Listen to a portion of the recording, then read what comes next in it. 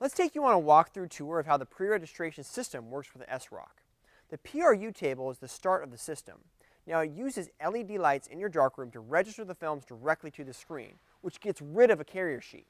A carrier sheet adds a third complexity or variable in a registration unit that often moves while you're taping the films to a carrier sheet or in a registration exposure unit, as the registration jig might shift a little bit as the vacuum exposure unit sucks down the blanket.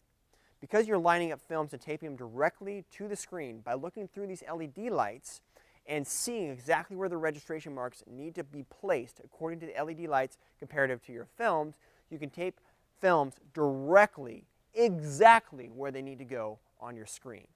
So once that film is placed, you ensure that it's placed in the same exact spot, because the press either jigs the screen in place, or if you're using the pre-registration pin system, which I would recommend, it will exactly fit into the same spot every single time, both on the registration PRU table and the press.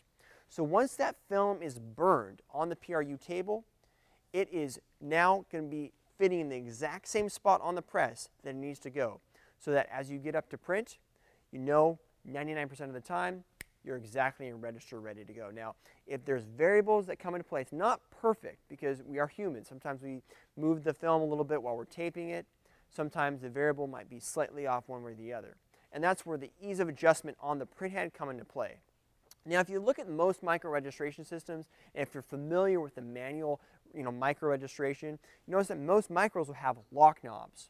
And a lot of times, whether you're locking the press down or you're loosening it, it loosens and slightly tweaks just a little bit that registration on the press. The SROC registration system on the printhead is so precise that it doesn't need lock knobs. So basically, if we move it, it will stay. If we move it another direction, it will stay. And you don't have to lock it down, which once again adds a variable that could cause the press to move slightly. Also, you have micros on the off contact and individual head off contact control.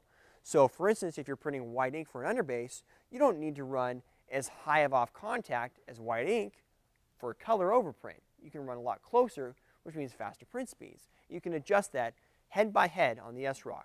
Or a lot of other presses are universal off contact, meaning that if we need this much off contact, we need that much off contact everywhere. And when you have more off contact, that means you're putting more pressure on your squeegee, you're running your screens faster, and you have, once again, more variables in that printing process. So that whole registration system, how that works, both the PRU system, which is awesome, all the way to how it gets on press, how you can micro and refine each printhead, is very fluid with an SROC print press.